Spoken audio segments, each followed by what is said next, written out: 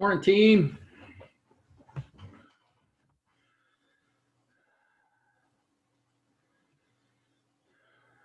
Nice. Let's see. Anybody here that wasn't here yesterday? Connor was here. How's 8 o'clock feeling today? Sucky? I have a fiber.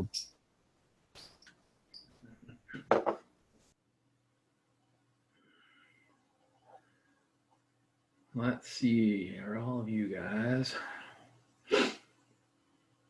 Anybody having any getting onto my open math troubles? I went quickly into the grade book today and just like 5 minutes before class to see who's in there. There's like, I don't know, 5 or 6 of you that aren't in there yet. Just checking. Faith, I see you're not in there yet. Any issues with that? Is there any or did anybody have problems and they figured it out themselves that other people might benefit from? I don't see what it looks like from your perspective. So. I couldn't figure out my username. I tried the RCC email address without the rogue CC stuff.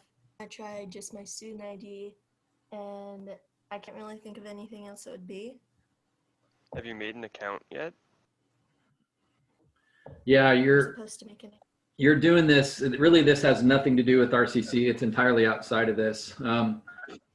Send me an email because I have kind of a little help sheet on it that I made that might be helpful. But yeah, you're actually just applying for an account separately. It has nothing to do with RCC whatsoever. And they're going to say, okay, great, you're a student. And then when you say you want to add a class, if you enter the info that I have on my syllabus, that'll let you into the class. So it's not connected to RCC at all. Like you're just going on the internet.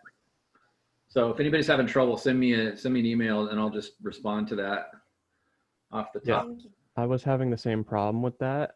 It turns out that the link that ended up in the syllabus, it actually sends you to My Open Labs, and you just need to pull up a tab and pull up My Open Math to make the account. So my link isn't as good as it could be. Is that what you're saying? Is that true? At least for me, it was. That was the problem that I was running into. It was trying to use an RCC thing. Oh, okay. So yeah, it was kind of sending you to RCC when in reality it doesn't need to. Okay. Yeah, please use the first part of this class to, chime in about stuff like that. Don't just let this stuff happen. We'll figure it all out between all of us and we'll be able to get rolling. So any other, I don't know, for the good of the cause kinds of issues that are coming up right now that you either solved or haven't yet solved?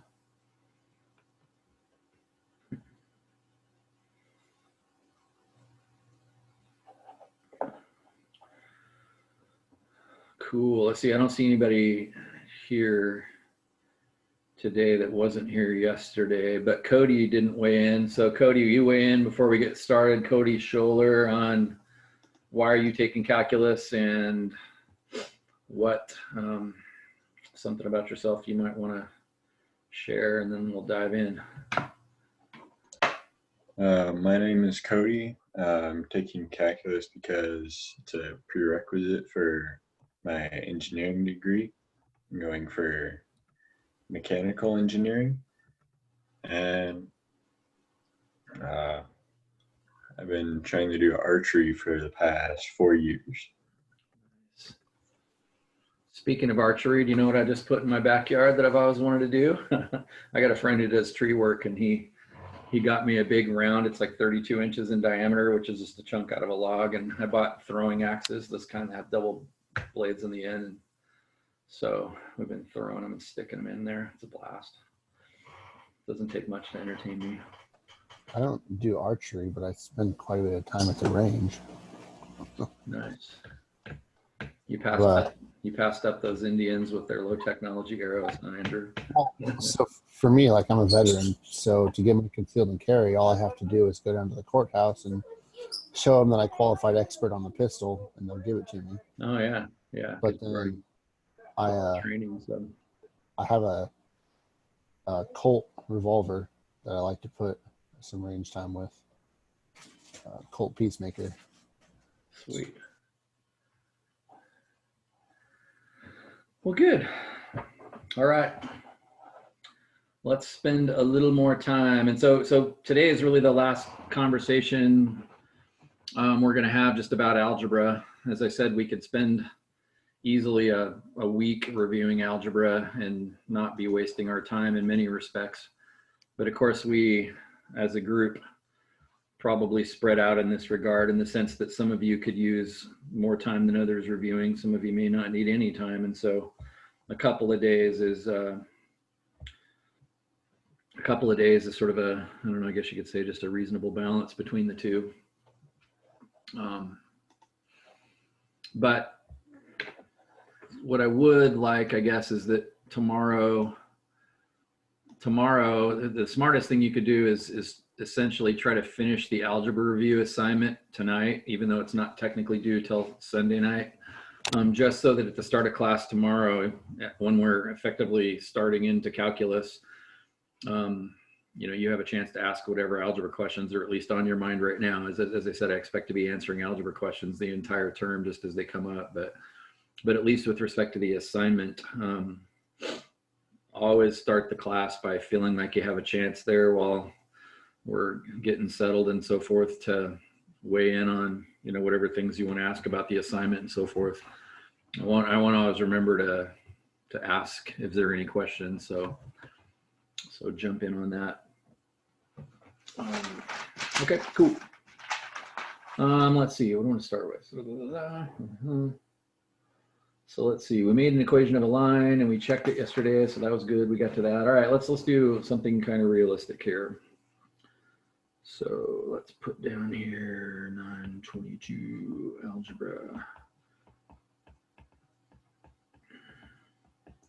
You may notice too, if you got into my open math yesterday, that I posted these physical notes that I wrote, and then I also posted the Zoom lecture, like I'm recording these. I stuck that in there too, so it'll be kind of full of notes. And then I'm also kind of doing that homework has actually got kind of the 8 o'clock class and the 10 o'clock class. I'm actually regretting not having 2 separate classes, but I don't see as it's going to make any difference on your end. So anyway, that stuff is in there. So let's look at this example of a skydiver. And because it's a skydiver, does that statement right there before I even write anything speak to you? In the language of calculus, but also the letters that I chose, or I should say the language of algebra and the letters I chose. What do you suppose V and T are? Velocity is a function of time. Yeah, probably velocity is a function of time. Physics is a common application for calculus, but again, this will give you a little bit of a review of algebra, but also help you understand calculus. But that's the beauty of that language. Rather than just saying V equals, now what you're expecting on the other side of this equal sign is a bunch of T's. No other letters. You can have as many numbers. You can have add, subtract, multiply, and divide. You can have logarithm. You can have any algebraic equations that you've studied, but you should have nothing variable-wise except for a T sitting over there. And sure enough, you do. So Don't worry about it. I'm going to mute you, Andrew, just because you got some background noise. My bad. Sorry, my kids started talking to me. No, you're good. You're fine. We're all friends here. It'd be good if I could read my own writing.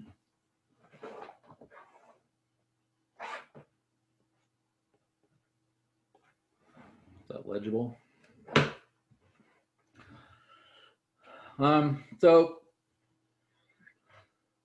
you should perhaps graph this on your graphing calculator, or if you have the capacity, you might go to Desmos on your screen. I'm not exactly sure if you can use that while you're watching my screen, or even what you see. Like right now, I think you're seeing my screen predominantly on your screen, and then maybe a few of you over on the side. At least that's what I saw when I made a video. I have 2 screens, so what I see and what you see are sometimes 2 different things. But I'm going to go into Desmos and do this. Again, I want you to be familiar with Desmos. This is what we finished the day with yesterday because I haven't been in there.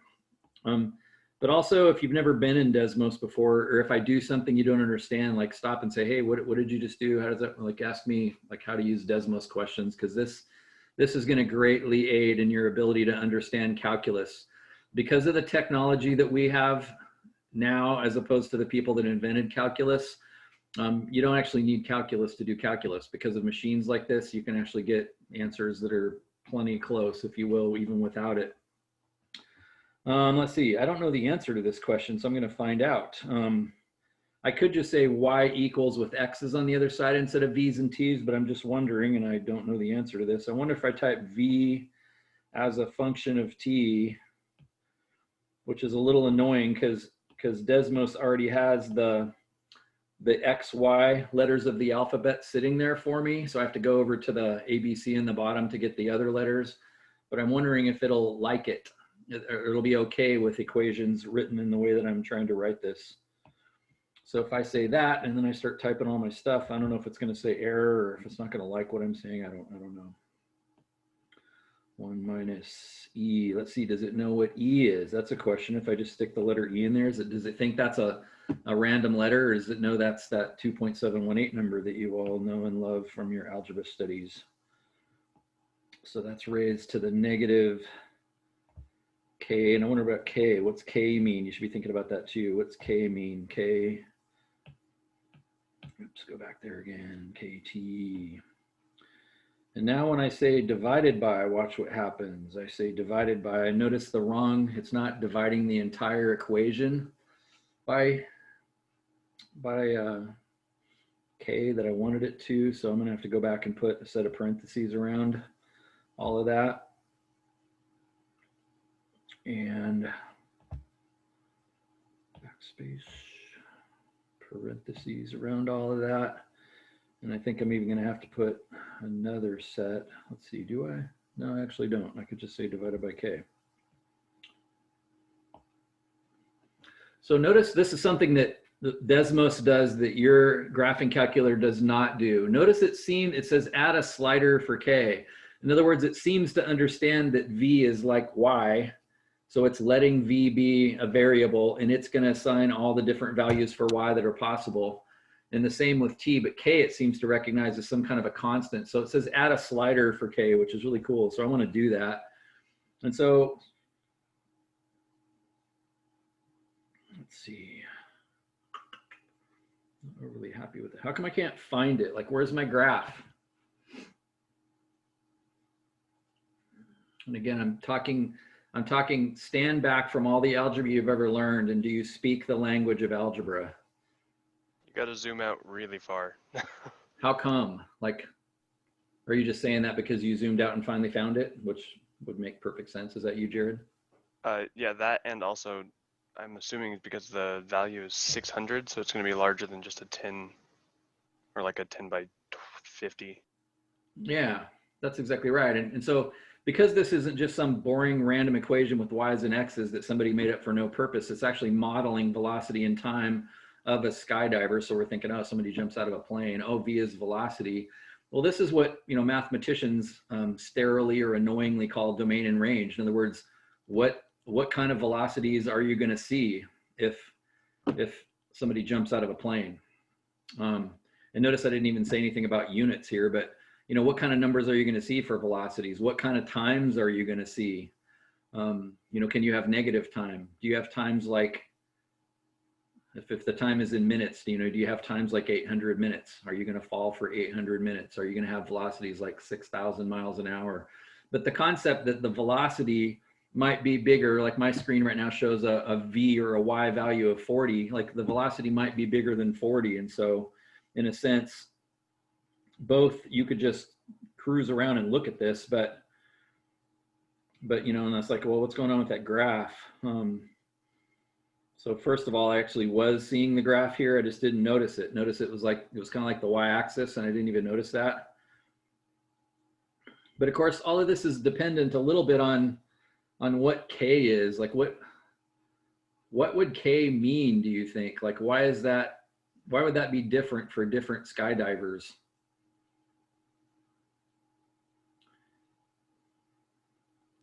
Wasn't terminal velocity fairly constant?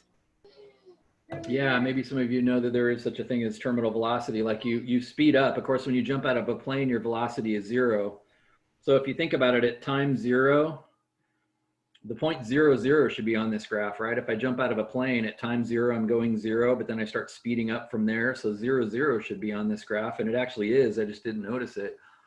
But different things I drop are going to fall at different speeds. Like if I drop the marble out of a plane, it's going to start speeding up really quickly. But if I drop a leaf, it's actually not going to speed up very quick, and it's going to reach its top speed as it falls through the air pretty quickly, and it's not going to fall very fast. And so maybe K has something to do with the resistance, the wind resistance of the skydiver, or whatever it is you threw out the window and so forth. And so what I don't have much of a feel for is, like, what does this K do? Well, so what's kind of cool about this is you can't graph that on your graphing calculator unless you choose a number for K.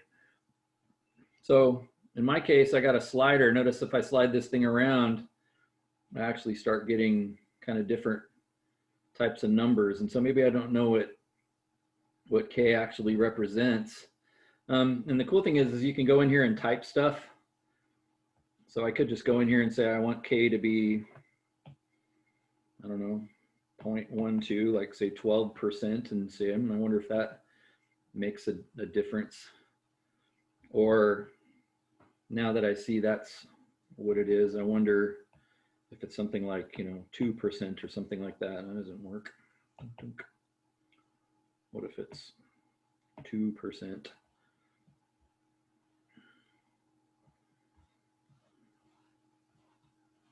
Or what if it's 42%? So the cool thing is what I'm ultimately doing here is just playing a little bit to see what difference that makes. And you can go in here and actually set the step for that. Like as it jumped before, I didn't pay attention to what it was jumping, but I can set it to jump by 0.01. So now when I drag it, except it doesn't seem like it worked. Try that again. Didn't I hit step there? And then I also kind of wonder, like, can it be negative? So I'm going to set it to kind of live between -1 and 1.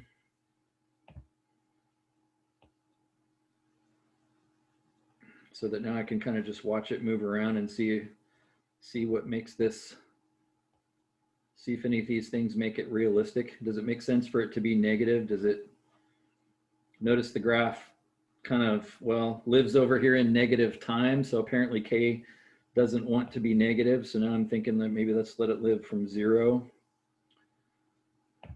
And again, what I'm really doing is I'm just playing, like I'm playing with the language of algebra in a sense. So how come this is such a weird graph? Well, notice the graph is, if you will, zooming in and out. And what I really need is large velocities, but I don't need large times. Like if I jump out of a plane, am I going to be flying 5,000 minutes later? Or maybe we'll say this is velocity is in feet per second and time is in seconds. Like 5,000 seconds is a long time. So the other thing I can do is see the little wrench in the upper right-hand corner. I'm going to hit that wrench, and this is where you control, well, what mathematicians call the domain and range. And so I need a really huge range. And again, I don't care about the terminology here, but I need really large Y's, but I don't need large X's. And yet when I zoom in and out, I sort of get them both. So I'm going to go over here and override the X axis and say, I only want the X axis, which are times, to live between, say, 0 and, I don't know, 20 seconds. I mean, I'm just making that up.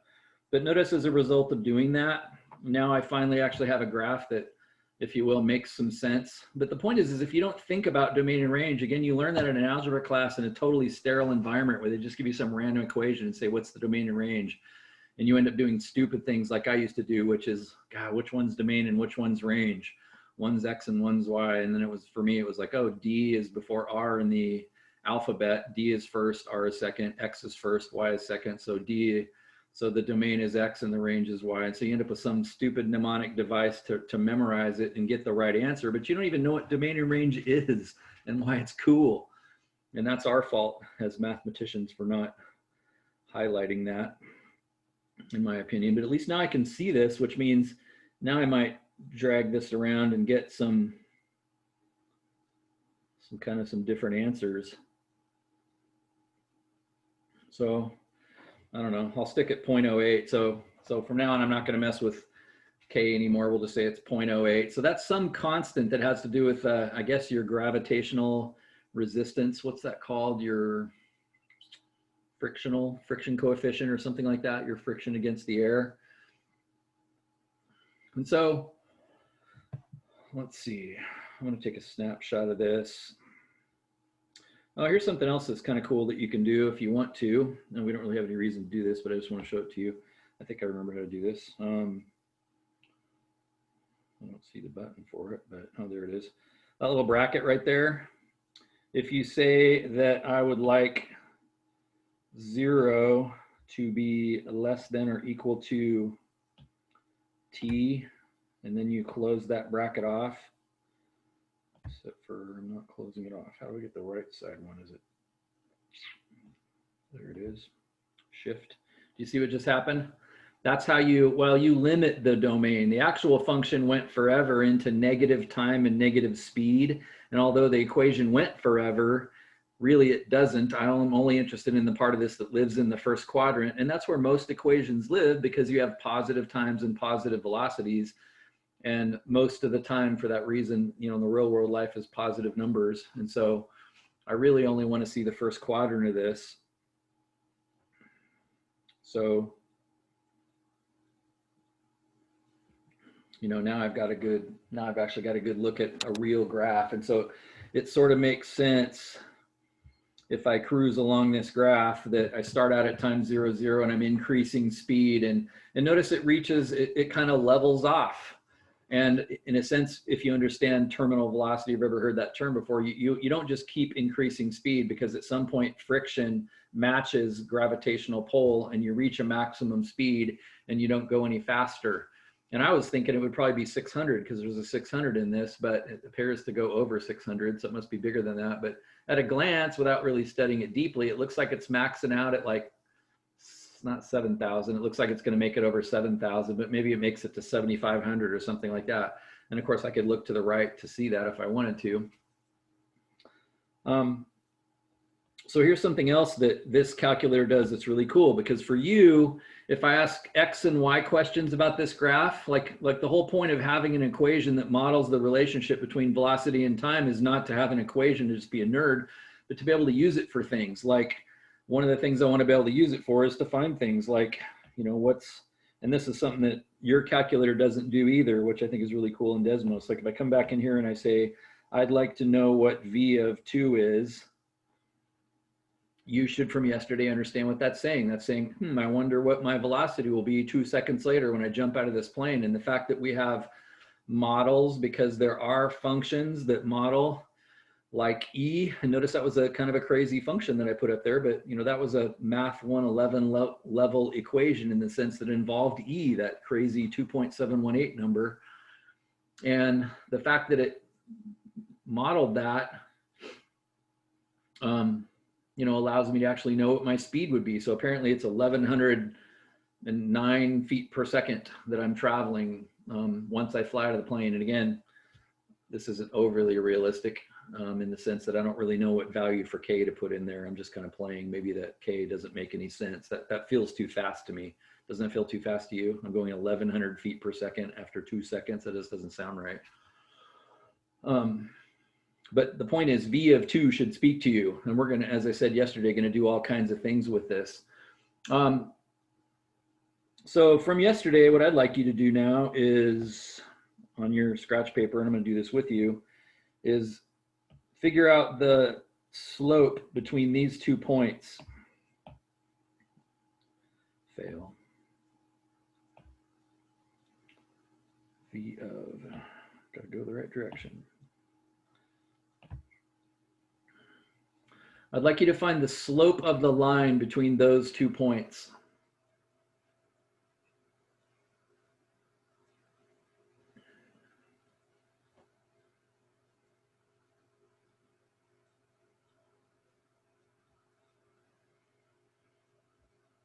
And notice we're cheating to get those answers. Like, it should be boring to you to do the order of operations, like if you had just a normal cheap $2 calculator and you had to plug 2 into that equation for t yourself, you should know the order of operations and not need to lean on technology to answer this.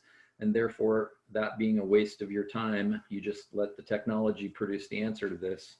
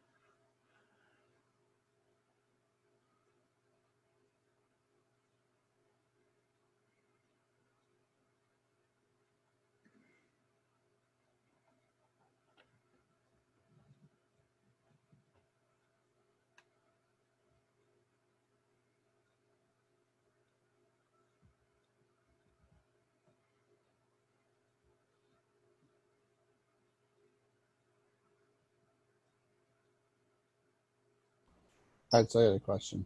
Yeah, go ahead. So when I put in v as a function of 2, I get a different answer than you do. I'm trying to figure out why. Did you type the whole thing into your graphing calculator? Did you do it like a chunk at a time as you typed? Yeah, I did. It's mine. I did it on Desmos, and it looks exactly the same as yours.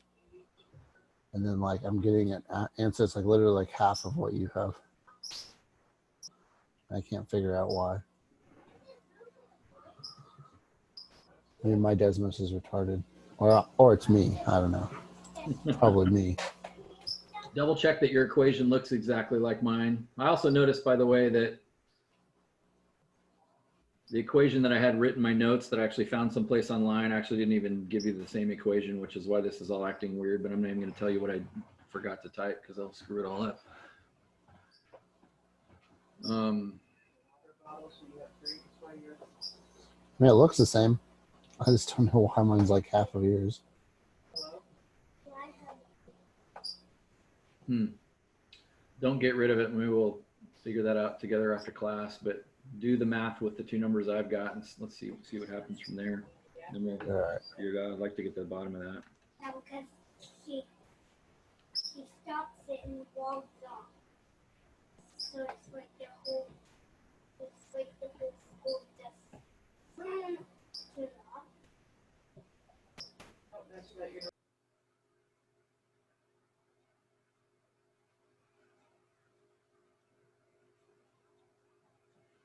Do you see what I forgot to type. This is where you guys are supposed to chime in. See that 60 right there? I put a 60 in the original problem, then I forgot to type it. We also divided 600 by k as well.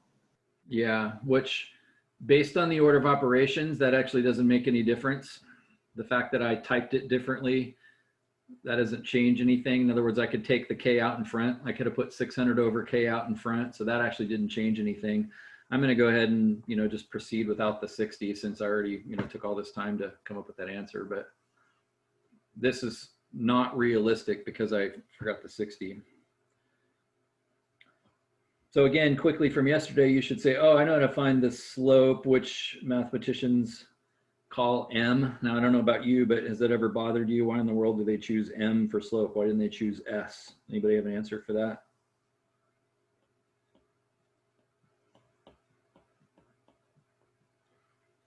Well, that's because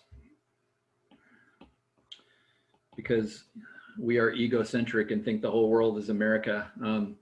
But this stuff was invented long before America existed. Don't forget, we're only a couple hundred years old. So m is the French word for slope. That's why it's an m. The French figured it out before us. So if I take 1600, you should have already done this, minus 1108.9.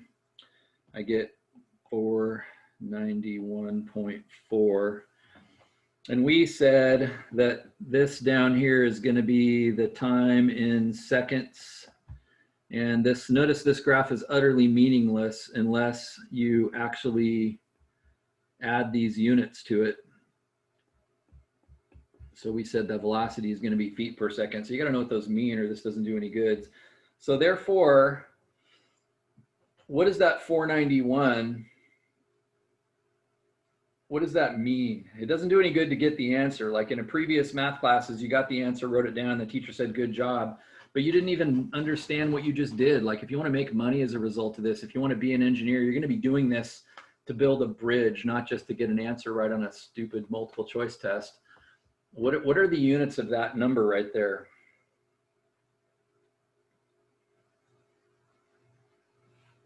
So isn't it rise over run? So you fall 491.4 feet every 1 second, is it?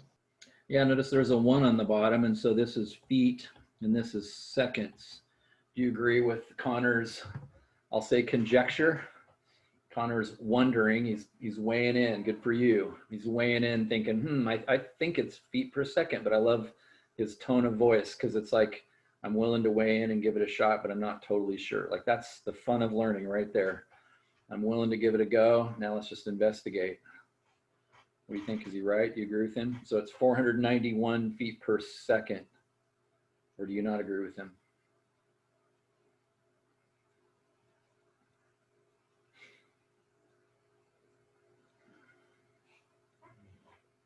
This is kind of what I mean when I say you don't speak the language of algebra as well as you could. And again, that's true for me too. I probably speak it better than you do, but there's just a lot to know and to deeply understand something versus, yeah, I survived it. But this doesn't have to be that hard. This doesn't have to be something you're memorizing. Well, notice the units of this, like these velocities on the top here, this was the change of velocity. In other words, these units were feet per second. So this is 1,600 feet per second minus 1,108 feet per second, which means that's actually 491 feet per second. And on the bottom, it was the change of time, which is 3 seconds minus 2 seconds, which is 1 second.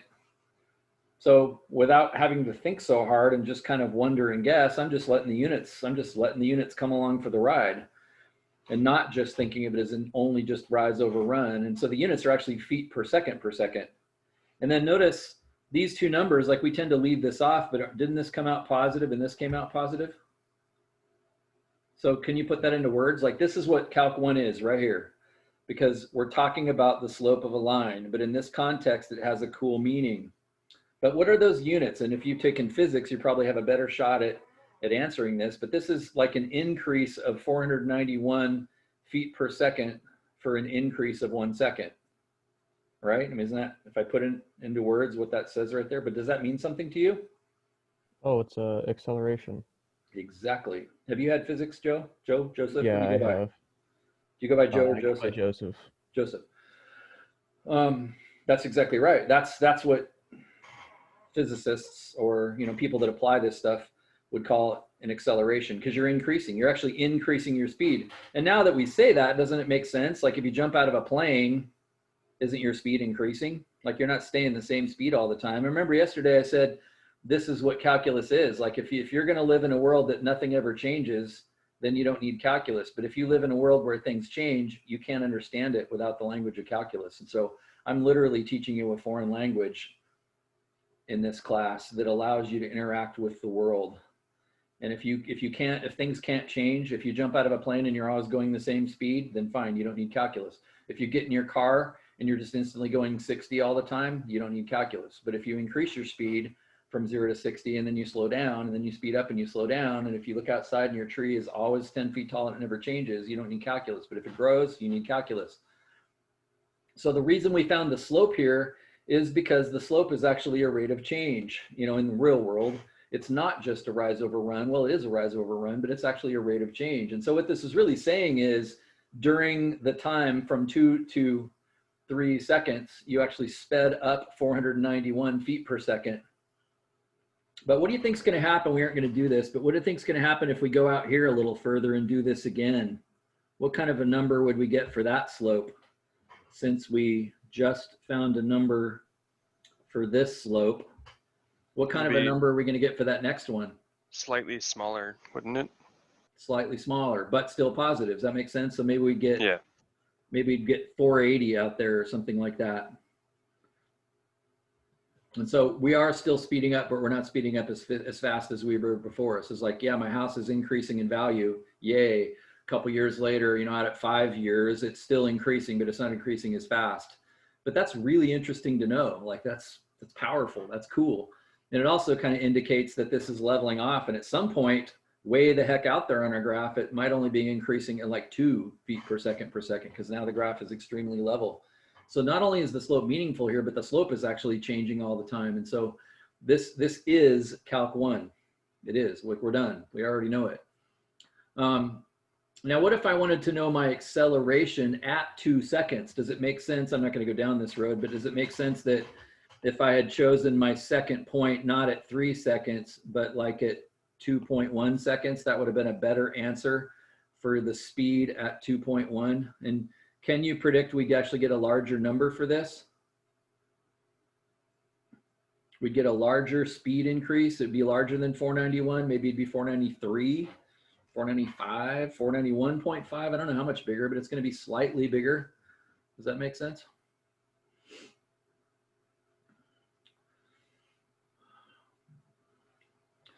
So ultimately, the slope is the big thing here, not even so much the equation of the line. So I think I'm going to stop here. I could find the entire equation of the line, but the important thing is actually just the slope itself. So this is what calculus is. What we're going to do in calculus is choose the second point not to be 3, not even to be 2.1, but we're going to choose the second point to be 2 again. And yet it's not going to break. It's going to work. Let me try something in Desmos. This might be a fool's errand, but I don't think it's going to be. Watch this. What if I said V of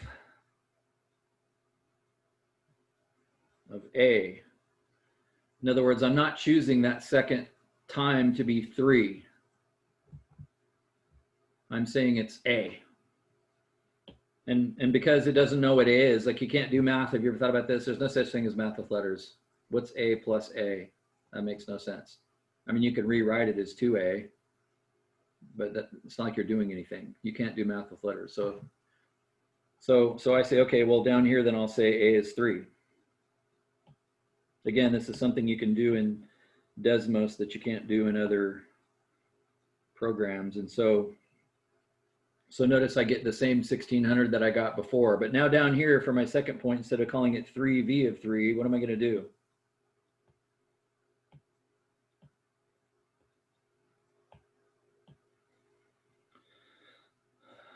So would you agree nothing has changed?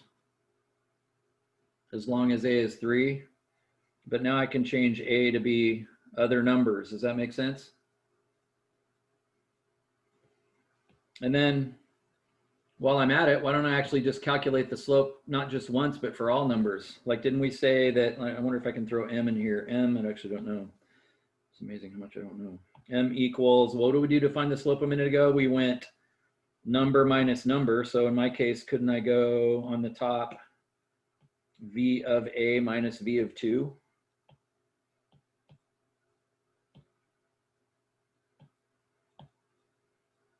Man, this is fun. I'm enjoying this.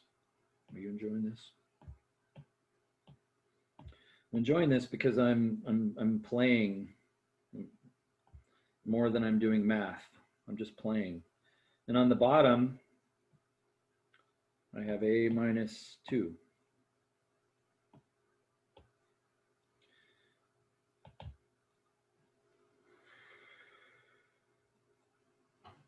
So what's powerful about what I just did? Well, now I don't have just one answer, I have them all. You understand that?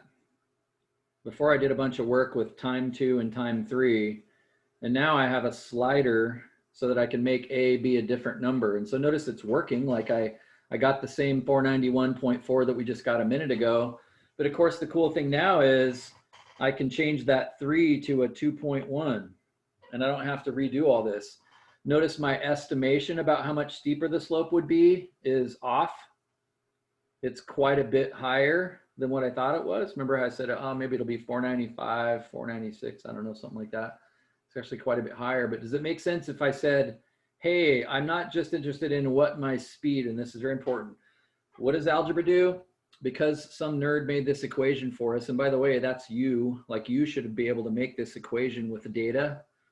That's what, and we'll have a chance to talk about this, but that's what mathematicians do when they take data and turn it into an equation, which we can use technology to do.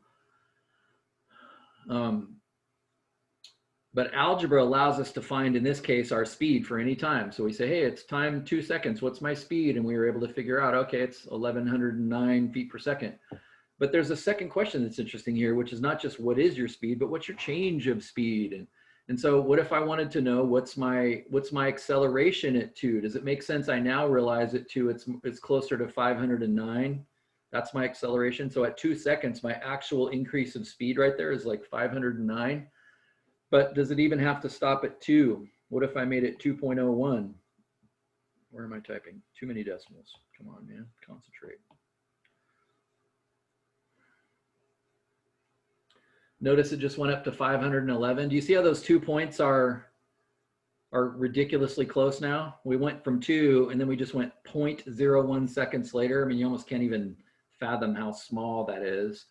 And so if I wanted to say what's my change of speed or my acceleration at 2 seconds, I could say, yeah, at that point you're increasing your speed by like 511 feet per second every second. But that's not the same thing that happens at other times, right? I'm interested in 2.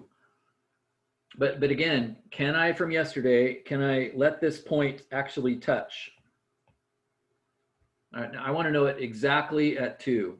So I'm going to make the second point also 2. What happens? What's my speed or what's my acceleration?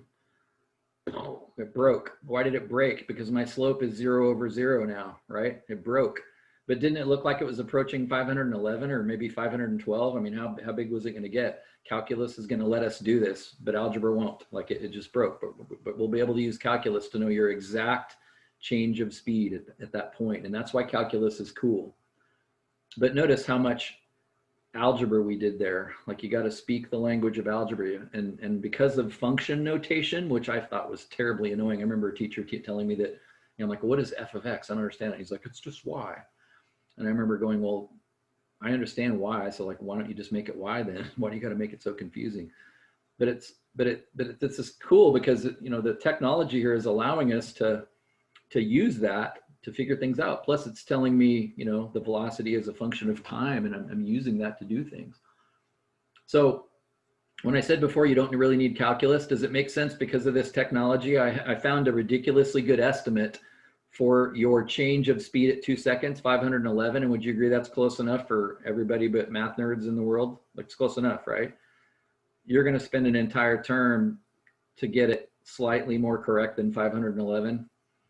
And mathematicians love that stuff and they think it's totally cool in the theory. And I'm going to show you how to take a derivative and how to do shortcuts in order to get that to work. And you'll either be suffering or loving it depending on your temperament.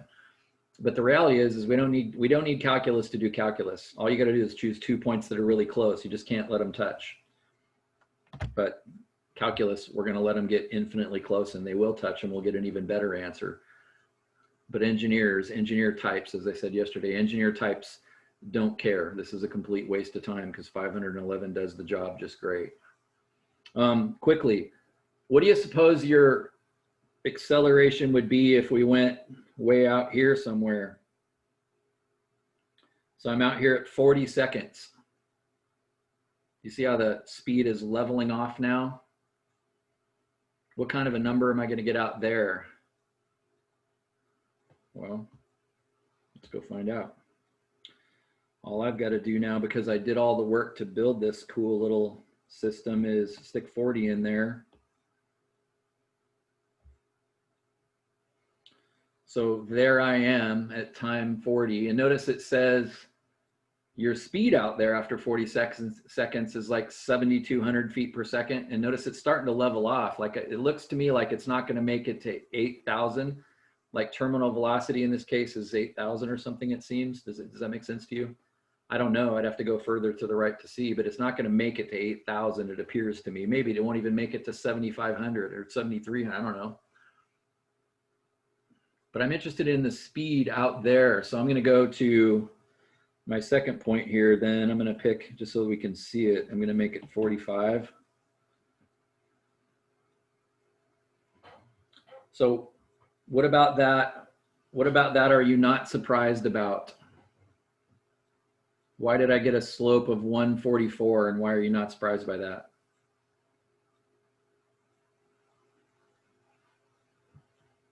Because you're going to slowly start losing acceleration the longer you go. Yeah, you're It's just the terminal velocity. yeah, you're not speeding up as fast. What do you think this rate of change is on its way to? It went from 511 down to 143. What's it going to be if I keep going way out there? 0. It's going to be 0, meaning you're not speeding up anymore. It's kind of like you set cruise control. You're now going 7,500 feet per second and you just stay that way all the time. So your rate of change is on its way to 0. So if I said, what's your acceleration at 40 seconds into your drop? Does it make sense? 143.8 is a reasonable approximation to that. But as you know, I could go closer, like to 41 seconds, and that's going to improve my answer a little bit. I don't know about you, but notice that's quite a bit bigger than I would have thought. It's like now it's up to 156, but I could even go closer, right? I could go to 40.1. So, you know, round it off, it appears that your acceleration, your rate of change out there is like 160. That's kind of cool. Do you see why that's a question that's a second level of questions a person might want to ask? That's what it comes down to. Originally, with just your college algebra knowledge, you could use this equation.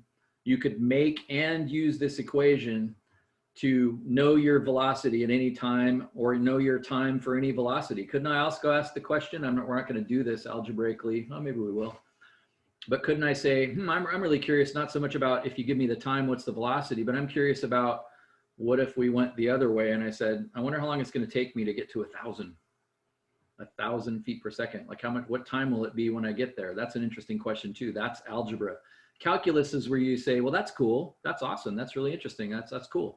But what about your rate of change? Like, how's it changing? So it's just a second round of questions that we're able to address now that an algebra student can't address. This is what calculus is.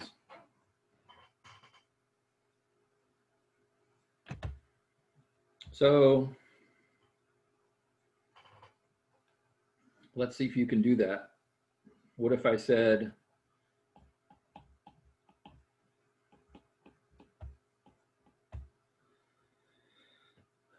would you agree that's an interesting question? Again, this is a question that as a calculus teacher, I should be able to say, you should be able to do that. But it would be my guess that a third of you will still be able to do this, because that's not a very easy equation to solve, right? So I'm just going to rewrite it down here since we're using k as 0.08. If I say v equals 1,000, which equals 600 times 1 minus e to the negative 0.08 t over 0.08. I'm asking, can you solve that equation for t? Wait, we already passed 1,000. 2 seconds we were at 1,000, right? Let's go higher. Let's go 4,000. It's like past 2 seconds. Sorry. I forgot our answers were like 1,600 already, so it's less than 2 seconds. So I know it's more than 3 seconds, right? Because it was 1,600 at 3 seconds. So it's going to take us, I don't know, 5, 6, 8. Do you agree that you don't need algebra to do this? Couldn't I just trace along my graph and steal that answer? Like way easier? Yeah. Let's see if you can do the algebra.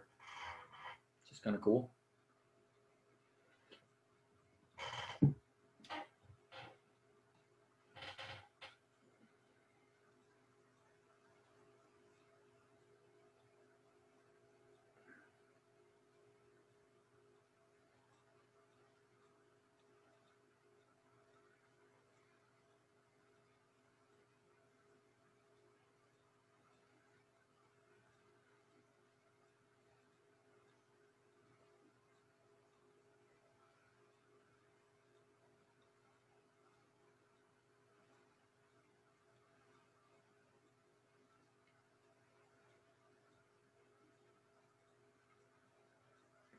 So this is what mathematicians call an exponential equation because the letter is up in the exponent. Again, you should know that. And exponential equations are pretty darn hard to solve. Yesterday we talked about solving a squared equation and how it takes the quadratic formula to solve that. And the exponential equations are no joke either.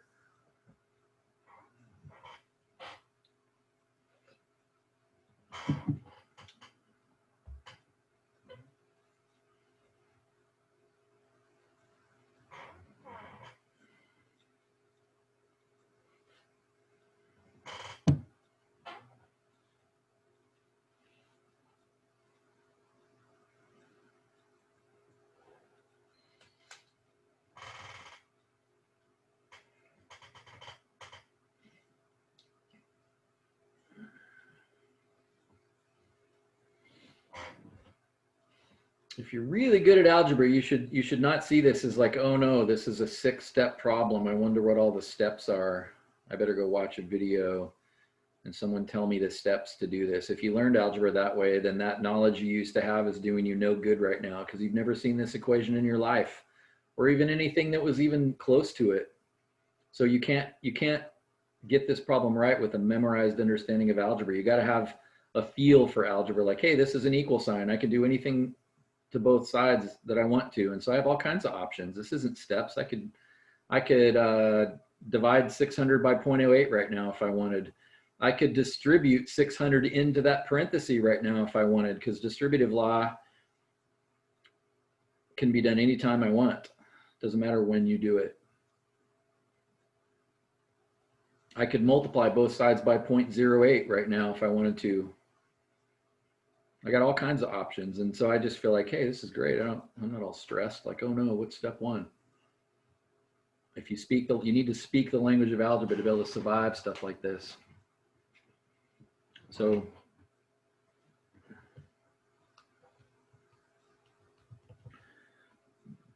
if I multiply 8 times 4, I'm going to multiply both sides by 0.08. So I know I get 32, but then there's 3 zeros, and then 0.08 is like 2 zeros in the other direction. So I have one more zero up here than the loss of 2 zeros I have over there. So there must be one left over. But I didn't actually trust myself there. I typed it in my calculator because I was afraid I'd do something stupid. Do you think like that? Do you try to do stuff in your head and then just check because you know you're fallible? Like, that's a good way to approach it. But then so that would get rid of this. And then there's a 600 on this side. So if I divided by 600, then I could at least sort of temporarily stop right here. That's an option. And then I guess I could subtract 1. So I'm going to type 320 divided by 600, get an answer.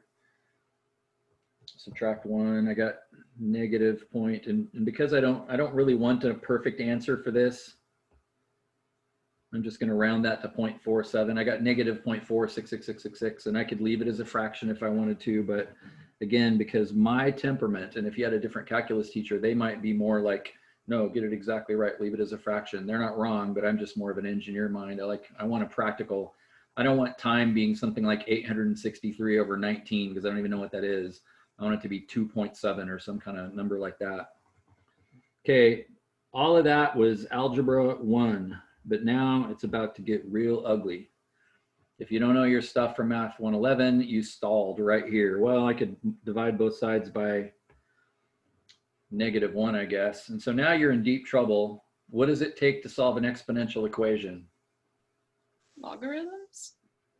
Logarithms. Again, did you hear Poppy's tone of voice? Like, her tone of voice was like, I would bet $90, but not 100. Well, I know it is because of E and you have to use natural log, but I just forget how like all the properties work. Exactly. Yeah. And that's my point. That's where you should be. Honestly, that I'm happy if a person would say you need logarithms. I'm pretty sure, but I got a little fuzzy on the details. But if you're like, I have no idea, then you're going to probably be in trouble in this class unless you really hustle and really take seriously the algebra problems that come up for you, and instead of just trying to survive it or let someone else tell you what to do and then you go ahead and write it down on your homework and act like that's going to save you. Like, if you seriously look into this and you start asking random questions like what the heck even is a logarithm? I mean, you sat in an algebra class for a whole year. I would almost bet none of you could answer that question. Somebody just says, you know, what you're studying is dumb. What's a logarithm anyway? And then now it's your turn to talk. You have the microphone, you're on the stage. Like, you know, what do you got to say about that? Not as much as you should is the answer.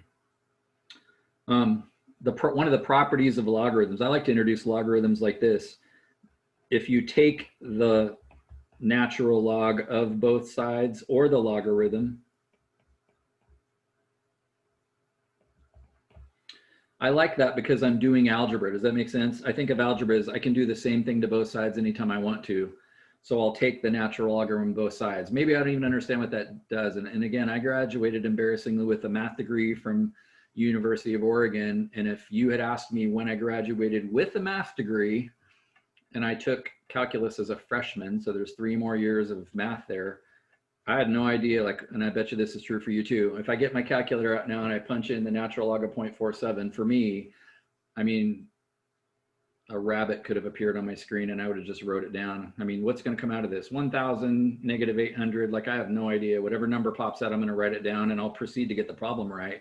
But I don't even understand what a natural logarithm is or even what it's doing.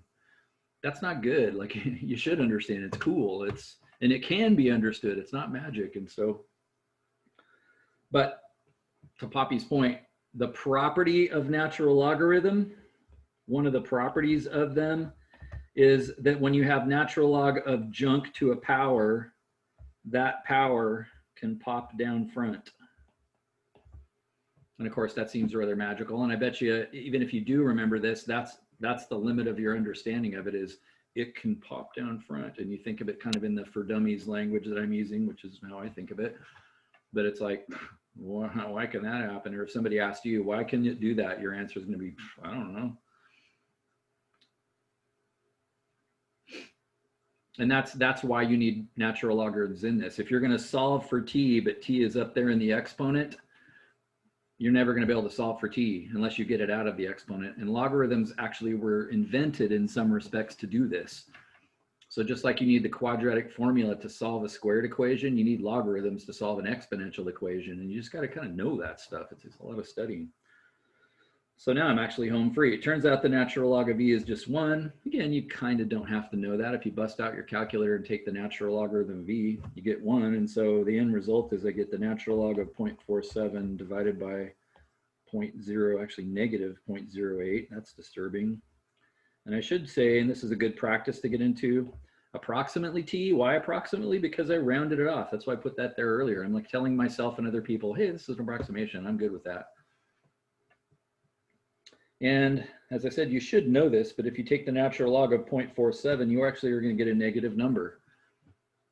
You should have already known that. I bet you didn't, but you should have already known that. Now, for me personally, I didn't know that in the sense that it was on the front of my mind. I got more fun things to think about than logarithms in my life.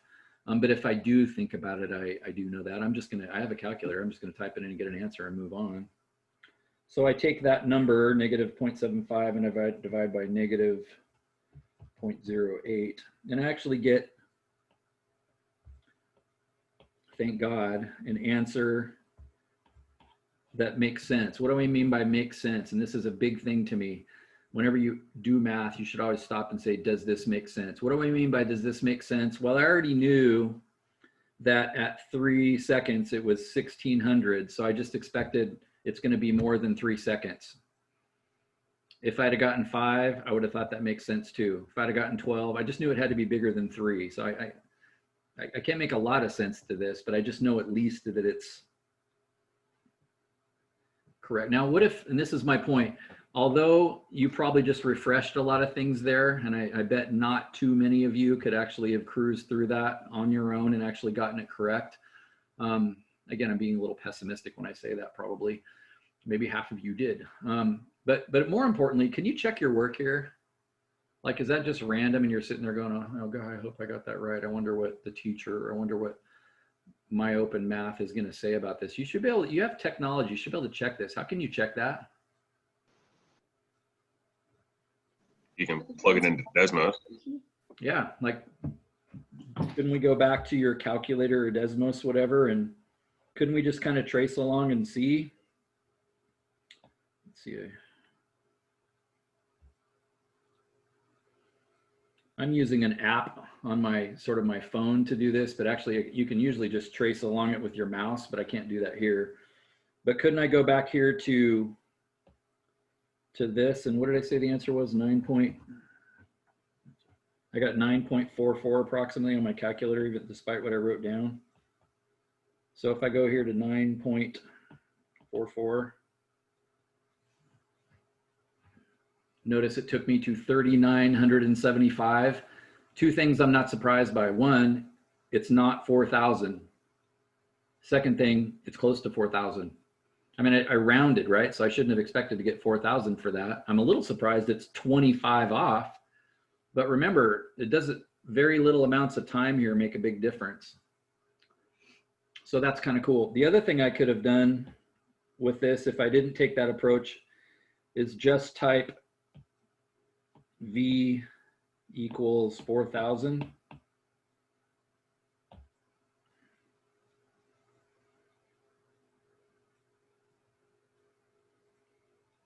Actually, because I had a T in it earlier, I need a T in it here too, I think. I could just type Y equals 4,000, but before I called it V of T, not just V, so I think I have to call it V of T again. I'm not sure, actually. I don't have very many things memorized because I kind of value thinking. Does it make sense that now that point where they meet right there is the answer? So when I said before, I could have cheated to answer this question. This is what I mean by that. I could have just traced along it, or I could have just kept guessing. Just keep guessing times until you finally get 4,000 for your Y value, your V value. Or I could have graphed that and then, you know, look down below here. Can you see that I'm between 9 and 10 on the x-axis? So, you know, and it looks like I'm right between 9 and 10. So I would have guessed 9.5 from this. And would that have been close enough? Yeah, probably. Like for most people, isn't 9.5 seconds probably close enough? The only advantage to being a nerd at algebra is you're able to get it perfect, but you didn't have to study a lot. Like you have to know logarithms and all these things. And yet technology allowed us to not make any mistakes and get a pretty decent answer anyway. And of course, there's better technology than this. You can just type that equation into a machine and say solve, and it'll tell you the answer to 9 decimal places or whatever. But do you see what I'm getting across? Like what the difference between I survived Math 111 and actually can speak the language of algebra, and how calculus is a second level of cool questions that can be answered, can be discussed in the middle of all this. So my point is my answer checks out. I know it's right. I don't need my open math. I don't need the teacher.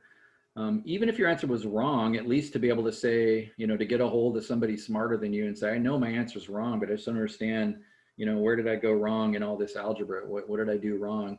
If you don't take the trouble between me and you and your friends to get to the bottom of whatever went wrong, like that's not good. Like use these, when you screw the algebra up, make sure in this class you use that as an opportunity to realize, hey, there's something I don't know. And if you actually are a good student, your attitude about that should be cool.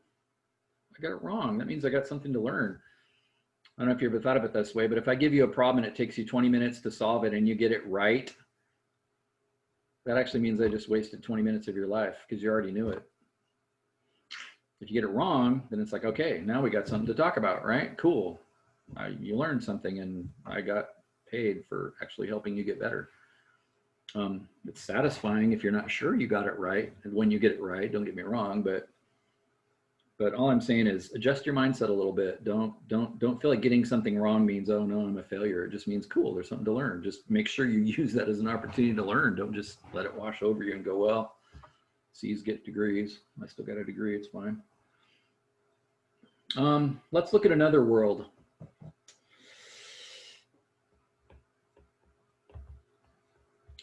Let's look at the world of Math 112. Trig is going to come up a lot in this class, and my guess is, again, your knowledge of that tended to be memorized. And again, because we're sort of stuck in radians, and this probably wasn't explained to you in trig, unless maybe you had Annie, because I bet she did. The natural measurement for angles in the universe is radians. We superimpose degrees over the top of it, and we think in degrees. I'm way better in degrees than I am radians. I speak English and I can survive in Spanish, but Spanish isn't my native language. I speak degrees, but I can convert to radians, but radians are not my natural language. That's probably where you are too. So I don't think in radians. I have to convert. So just as a for instance, again, big picture, if you're in radians, you should be able to bust your calculator out and get an answer to that question. Fine. But again, I asked the rhetorical question, can you estimate that? If you can't estimate that, you don't understand what trig is. That means you don't even know what sine is. Like you can punch buttons, but it's like, what is sine even telling you? What does sine even mean? What is sine doing to a number? What you need to understand is that really isn't any different than this or this. You know, square root is an operation on a number. Natural log is an operation on a number. Sine is an operation on a number. Like, what are those? What do they accomplish? Well, we just saw that natural log is a way of using in an equation that happens to be exponential, of which there are many, by the way. It's a tool that you need to get an answer, and sine is the same. But here's what you should be thinking, and we did hit this a little bit yesterday in terms of estimation. Oh, I forgot, I can cheat and get a really good circle. Let's use that capacity. Bam, circle. Bam, straight line. Where are you on the circle if you're at 3 radians? You start here and go this way. And because you have benchmarks, like places you know where you are, like half a circle is pi. And, you know, again, I ask you a larger rhetorical question, like what does pi even have to do with the circle? Like what do radians even exist? It's a way of telling you which direction to point. Like I'm in the boat and I decide, I'd like to sail to Hawaii. And so what direction should I turn and start sailing? I mean, an angle is a way of measuring how much you turn. But the cool thing about a radian is it's a unit of length. The reason the circle here, the unit circle of radius 1, and that's not even 1 inch, it's 1 unit. 2 pi being a full lap is actually measuring the distance. Its circumference of the circle is 2 pi, and so it's a distance way of measuring how far around a circle. So a full lap is 2 pi, so pi would be a half, and so this would be pi over 2. Well, you should know that pi is 3.14, therefore wouldn't 3 be like about there somewhere? So the 3 is actually telling you which direction to turn. But then what is the sign telling you about that location right there? What's the sign tell you? Somebody tell us. I think sine was the y-axis, wasn't it? Yeah, exactly right. And by the way, like a quick review, just a quick review. If I'm sitting over here, that's something you don't need to memorize. And I'm looking at this right triangle. Trig applies to right triangles. That's what trig is. So sine, since I'm sitting here and to get to this point over here, I have to go over x and I go up y. And if the radius of my circle is 1, so Katoa says the sine of the angle is opposite over hypotenuse. Cosine, so Katoa, C-A-H, cosine, and I have to memorize that, is adjacent over hypotenuse. Oh, I just reminded myself. Sine is y and cosine is x. I can make that for myself. I don't have to look that up if I understand it. So sine's the y coordinate. Since I know the radius of this circle is 1, and this has almost made it back to the y-axis, then that's a pretty small positive number. Would you agree that as an estimate, maybe that's, I don't know, 0.02? Maybe that's too small. Maybe it's 0.2. I don't know. I just know it's a small positive number. It's not 0.8. It's not negative. It's not more than 1. So my point is when I push the button now to get the right answer to, you know, build the ship or whatever it is I'm doing in the real world, if I hit the button wrong or do something stupid, like I know it. So I bust out my calculator. I say, what's the sine of 3? And it says 0.1411. And I think to myself, well, yeah, of course.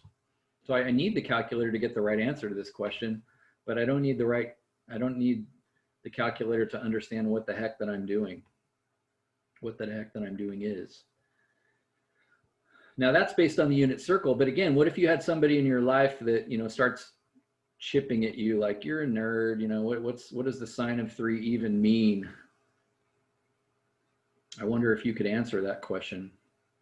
And again, my guess is probably not very well, but it's based on what we just did over here. What's the sine of 3 mean? Well, since the sine of 3 is the opposite over the hypotenuse in a right triangle, then that would mean that you're sitting here with a 3 radian circle. And of course, you'd have to explain to them there's more than one unit. I'd rather be in degrees when I say this. And it's sort of the, well, this side divided by this side. So since it came out 0.14, I could say this is like 0.14 over 1. So it's like it's telling you the ratio of a couple of sides in a right triangle. That's what trig does. Now, did it bother anybody that since the angle is over here, that angle is, I don't know, again, approximating a little short of 180 degrees, like maybe 170 as an estimate. So 3 radians is 170 degrees. Can you have a right triangle with 170 degrees in it? Could that be possible? No, because this much of it is already 90, and 90 plus 170 is over 180. That's not possible. What the heck is going on?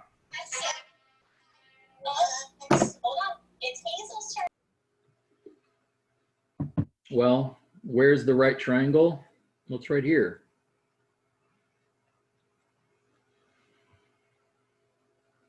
So if this is 170, then doesn't it mean that angle is 10? And so actually the right triangle is not that, it's actually the one that's over here. And again, remember I'm estimating, it's not 170. I didn't punch calculator buttons, I'm just kind of estimating it. And so the 0.14 is over here, which is still positive, and this is 1. And notice this number over here would have to be negative, wouldn't it? And notice it almost made it to 1, so maybe this is like negative 0.95 or something. So that means I actually know the cosine of 3 is about negative 0.95 as well. Like I know the cosine because I know the sine, I actually know the cosine too. And that's because I understand that trig is right triangles and I can draw pictures of this stuff. So when trig comes up in this class, you know, are you going to have the ability to kind of flex a little bit, or do you have this rigid memorized understanding of trig that just won't allow you to solve the calculus problems that we're going to answer? So I bust out my calculator just to check my work because I don't trust myself, and I say, what's the cosine of 3? And it says negative 0.99. So again, 2 things I'm not surprised by. 1, I had it close. 2, I'm wrong. I don't know the answer to that, but at least it's reasonable.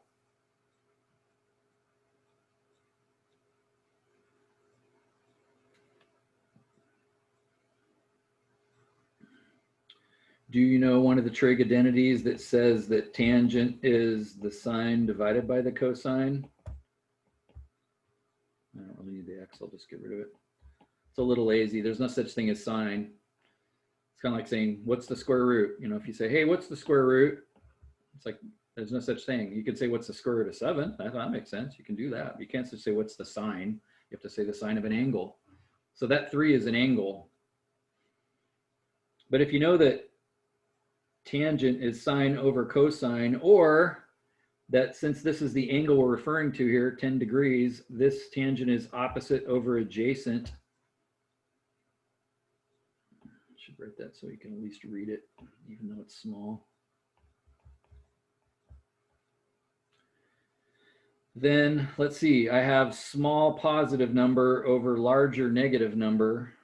So that's a positive divided by a negative. So that means the tangent of 3 is definitely negative. And this number is about 1. The 0.95 is about 1, and this number is a little smaller. So I'm guessing that would be, because I'm dividing by a number a little less than 1, I would say maybe that's negative 0.2, something like that. It's just cool that I can reason that out. So then I bust out my calculator and say, what's the tangent of 3? And it says 0.142. In other words, slightly bigger than this. I thought it was going to be a little bigger. I thought it was going to be 0.2, but it's not. And that's really because this wasn't 0.95, it was 0.99. It pretty much was 1. But the point is I understand everything I need to know about trig because I understand that SOHCAHTOA, that's all I need to understand. And I can kind of build things for myself. What about this messy statement?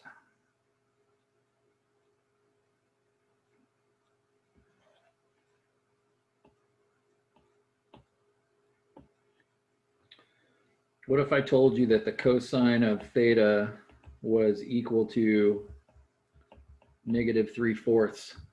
Again, what I'm after here is not so much can you solve for theta as much as do you even understand what the heck that even is? Like, what is that even talking about?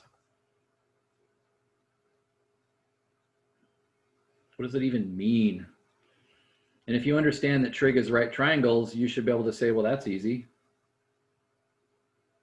Doesn't it just mean that 3 and 4 are the adjacent and hypotenuse, and we don't really know which one is negative? Exactly right. We know, even if the number is a whole number, instead of 3/4, we know that 3 is the adjacent and 4 is the hypotenuse in a right triangle. That's what we know. Like, that's not that complicated. So we're talking about, let's see, a right triangle where if this is the angle, the adjacent is 3 and the hypotenuse is 4, but then one of them is negative, and I think Faith said we don't know which one. But wait a second, how can a triangle have a negative length? That doesn't make any sense. Like, does that mean this is impossible? It's like taking what's the square root of -7? Doesn't work.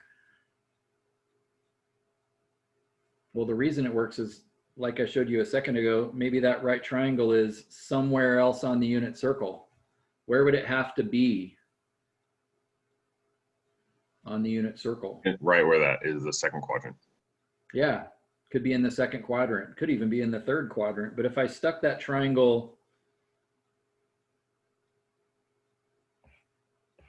over here, then that literally could be left 3 and hypotenuse would be 4. That could work. So we're actually talking about, really, theta is bigger. Theta is, I can actually tell now, is actually more than 90 degrees. So maybe it's like 120 degrees or something like that. And so realistically, although these aren't the same, those aren't the same angle. Sometimes people call this like theta prime or something. In other words, like if this is 120, then automatically that would be 60. Does that make sense? So they're related to each other. That's the idea. So I can see now that I'm over there. Now I could be in the, couldn't I also be down here in the fourth quadrant for this? I'm sorry, the third quadrant. But it's just the question is, what's my y value? Well, if I was up here, that'd be a positive y. Well, if I was down there, that'd be a negative y. So this is just referring not just to a right triangle where the adjacent is 3 and the hypotenuse is 4. It's got a couple of options. There's like 2 different places it could be. And so I need to be able to get both of them. So when I bust out my calculator and I say, what do I bust out if I actually want to, how do I get rid of cosine? What do you do algebraically to get rid of cosine?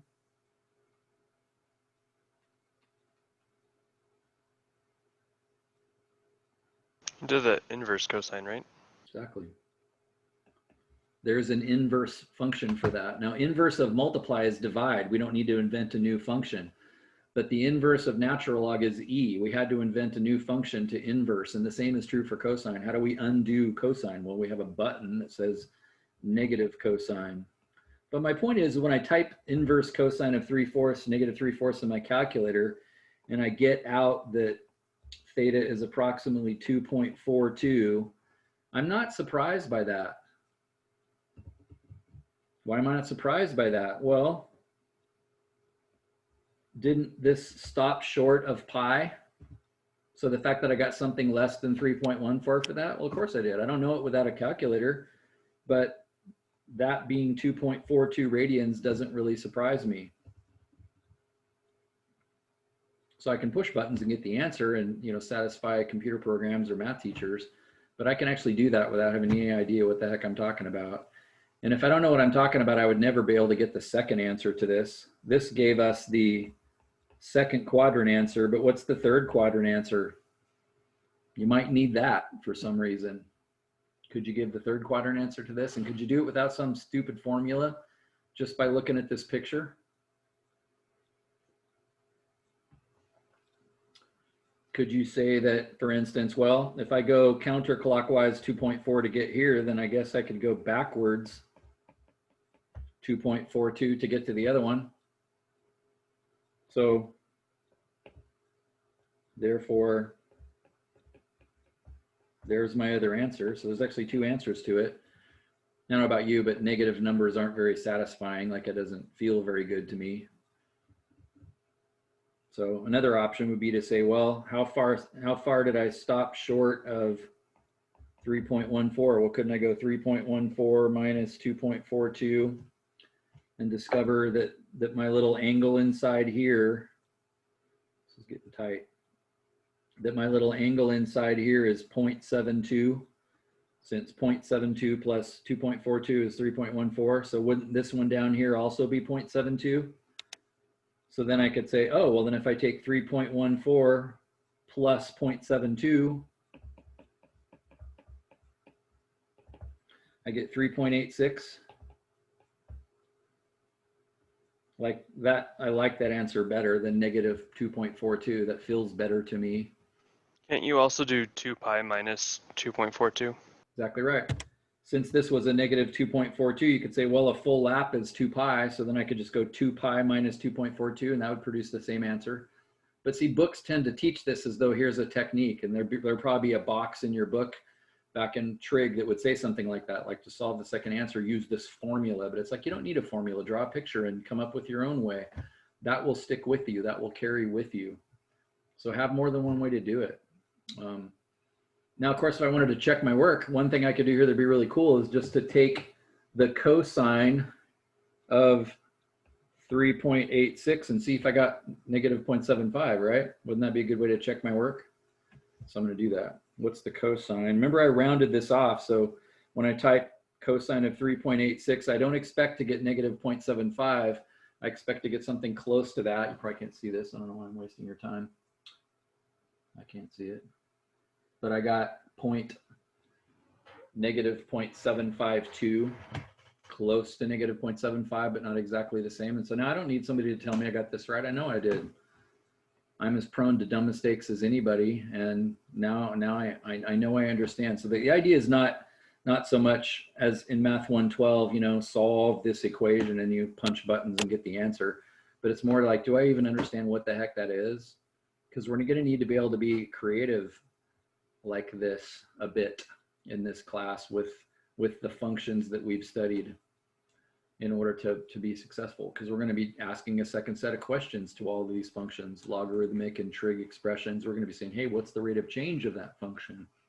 So we got to be able to speak the language a bit. Again, as I said, I need to shut up here, but we could spend 2 weeks and I could be teaching you cool things about, you know, understanding what you're supposed to have understood a little bit more deeply. But main thing is at least spend a few minutes and rip through the homework questions. Let's start off tomorrow with you asking me whatever you want to ask me about what happened in my open math assignment. Because I did not cover everything. There's just not enough time. My error as a teacher is going to be to, if you will, elaborate too long on too few of problems to help you get your assignment done. But the things I do elaborate on, you'll probably understand a little more deeply. And at least I'm trying to convince you that you can actually understand this stuff on a deeper level.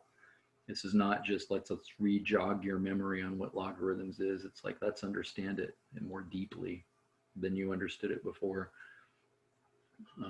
Because we're going to jump off the back of algebra to kind of a higher level in this class. So anyway, awesome. All right, get the heck out of here. Stay after if you want to ask me any other questions about my open math or even just questions about what we talked about because something occurred to you, feel free. Otherwise, ciao. Thanks, Doug. Thank you. Thank you all.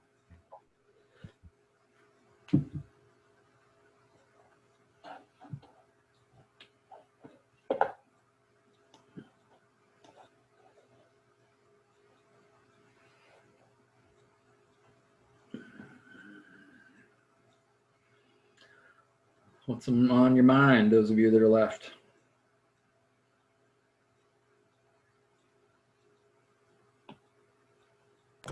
I figured out the issue with Desmos. What? I had the K slider wrong. Got it. It was different than mine. Yeah. Yeah, I had it at 0.08. It says 0.0 or 0.8, not 0.08. Yeah. Yep. Anyway, I have to head to my other actual class. So. Yep. Sounds good. See you later. Have a good day. You too.